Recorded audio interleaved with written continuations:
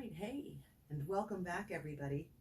It's your yoga teacher, Christine Seliger from Peace Oase Yoga and Meditation. You can find my business page on Facebook, follow me on Instagram, I'm on LinkedIn, and certainly here on Facebook. So please like and share these videos, and this is our third video in a little series, just impromptu, nothing too heavy, about foot mobility, and we've worked so far with the arches of the feet, and we've done some toe spreading. So I want to get back to the toes here today in this video, and wow, this was a really fun for me and a great learning lesson when I was working with my physical therapist to rehab a calf injury, and she was letting me know how if our toes aren't in great shape, if the arch of our feet aren't in great shape, if the connective tissue and muscles of the feet are in bad shape, that can lend itself to pain and injury in other parts of the body. So we can have ankle issues, knee issues, hip issues. I've got a calf, or had a calf injury, which is now healed, and in no small part by practicing these exercises regularly. And I love them so much that as I get older, I'm in my 50s now, and I want to keep walking for the rest of my life. So I want to continue to do some of these exercises every single day. It's easy and it can be really, really fun. So today I want to talk about lifting and lowering the toes. Now, certainly, hopefully, the majority of us can lift our 10 toes off the earth. If you're not able to do that, and again, I am not a doctor, but if you're not able to lift your toes, I want to encourage you to see your physician, because you may have something called drop foot, which if caught early enough might be correctable. But so we can do that simple lifting all 10 toes and lowering. I often like to do what I call rock and roll. So now I lift the heels, lift the toes, lift the heels, lift the toes. And you know, if you have a rocking chair in your home, that is fantastic exercise. It strengthens the feet and the ankle. And for those of us who may have some concerns with poor blood circulation, especially in the lower extremities, in the low legs, blood pooling into the ankles and the feet, this helps to pump the blood using those wonderful heavy calves as a second pump. But this action of rock and roll feet helps to pump the blood back up to the heart, gives the heart a little bit of break. So try that. So after you've rock and rolled your feet and loosened up a little bit, let me draw my feet back here so you can see, then we want to try to lift our toes independently. So far with my practice, I've been able to independently lift my big toes, and then on my right foot, I can independently lift the remaining 4 toes. Now this foot is a bit different, and so I'm working on it.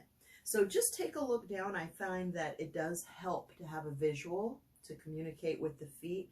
And so if you can't just right away press your 4 toes into the ground and lift the big one, I don't know if you can see that action. I'll try to inset a video of this a little closer. Then that's a great thing. Now, if your toe is wanting to lift, but all the other toes want to come with, then here's a little trick. You can cross your opposite foot over the ankle, place your toes, your top of foot, onto those 4 toes, and then we lift that big toe. So again, what's our rule of thumb? We're going to do 8 to 10 counts. We're going to do 3 sets, and that's per foot. But it doesn't have to be 3 sets all at once unless you happen to have the time. Again, these are exercises you can do independently as one-offs throughout your day when you're sitting and even when you're standing up. We have to wait in line a lot now during the pandemic and COVID. So why not use your time standing in line productively and get in some exercise?